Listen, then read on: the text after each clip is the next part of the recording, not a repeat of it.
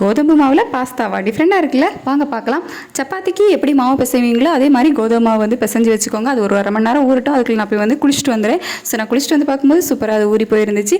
இனிமேல் நம்ம அப்படியே மாவை வந்து தேய்க்க ஆரம்பிக்க வேண்டியதான். சப்பாத்திக்கு எப்படி மாவு தேய்ப்பீங்க அதே மாதிரி கல் வச்சு மாவு வந்து தேய்ச்சி எடுத்துக்க வேண்டியதான். எங்களுக்கு சப்பாத்தி தேய்க்கிற கல் வந்து கொஞ்சம் டிஃப்ரெண்ட்டாக இருக்கும், அதெல்லாம் வந்து கண்டுக்காதீங்க. அதுக்கப்புறமா குட்டி குட்டி ரவுண்ட் ஷேப்க்கு வந்து கட் பண்ணி வச்சுக்கணும். நம்மக்கிட்ட கட்டர் எதுவும் இல்லை, அதனால் நம்ம வந்து பாட்டில் மூடியே வந்து யூஸ் பண்ணிக்கிட்டோம். ஸோ குட்டி குட்டி ரவுண்ட் ஷேப்க்கு கட் பண்ணிவிட்டு அதுக்கப்புறமா இந்த பாஸ்தா ஷேப்க்கு வந்து பிடிச்சிக்கணும். ஸோ அது பெரிய ராஜதந்திரம்லாம் கிடையாது. 2 பக்கம் பிடிச்சிட்டு லைட்டாக அமுக்குனீங்க அப்படின்னா ஒரு ஷேப் கிடைக்கும். அதுதான் பார்த்தீங்க அப்படின்னா பாஸ்தா ஷேப். உங்களுக்கு என்னென்ன டிஃப்ரெண்ட் ஷேப்பில் வேணுமோ அதெல்லாம் வந்து நீங்கள் ட்ரை பண்ணிக்கோங்க. அதுக்கப்புறம் அதுக்கு தேவையான காய்கறிகள் வந்து கட் பண்ண ஆரம்பிச்சிடலாம். காய்கறிகள்லாம் என்ன, தக்காளி வெங்காயம் தான். ஸோ தக்காளியும் வெங்காயம் வந்து கட் பண்ணி எடுத்துக்கலாம். பச்சை மிளகா உங்களுக்கு தேவைப்பட்டுச்சு அப்படின்னா கட் பண்ணிக்கோங்க. நான் வந்து பேபி கொடுக்குறதுனால பச்சை மிளகா வந்து ஆட் பண்ணலை, தக்காளி வெங்காயம் மட்டும் கட் பண்ணி எடுத்துக்கிட்டேன். அவ்வளோதான், நம்ம வந்துட்டு குக்கிங் இனிமேல் ஸ்டார்ட் பண்ணிடலாம். ஒரு பாத்திரத்தில் தண்ணி வச்சு அது கொஞ்சம் சூடாகட்டும். அது நல்லா சூடானதுக்கு அப்புறமா நம்ம ஷேப் பண்ணி வச்சுருக்க பாஸ்தாவெல்லாம் இதுக்குள்ளே போட்டு அதை கொஞ்சம் வேக வச்சு எடுத்துக்கணும்.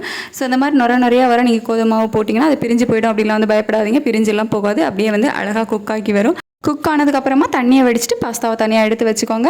நெக்ஸ்ட் வந்துட்டு ஒரு கடாயில் ஆயில் விட்டு கடுகு தாளிச்சிக்கோங்க. அதுக்கப்புறமா வெங்காயம் போட்டு நல்லா வதக்கிக்கோங்க. வெங்காயம் வதங்கினதுக்கப்புறமா தக்காளியும் போட்டு நல்லா வதக்கிக்கோங்க. அதுக்கப்புறம் மசாலா ஆட் பண்ணிக்கலாம். நான் வந்து மஞ்சள் பொடி, தனியா பொடி, வத்தல் பொடி, கரம் மசாலா ஆட் பண்ணியிருக்கேன். உங்களுக்கு என்னென்ன மசாலா தேவையோ அதெல்லாம் வந்து ஆட் பண்ணிக்கோங்க. கொஞ்சம் உப்பு வந்து போட்டுக்கோங்க. அதுக்கப்புறமா கொஞ்சம் தண்ணி விட்டுட்டு அதை வந்து கொஞ்சம் கொதிக்க விடுங்க. ஸோ நான் அதை வந்து சாப்பிட்ற அவசரத்தில் தண்ணி விட்டுறத வீடியோ எடுக்கிறத மறந்துட்டேன்.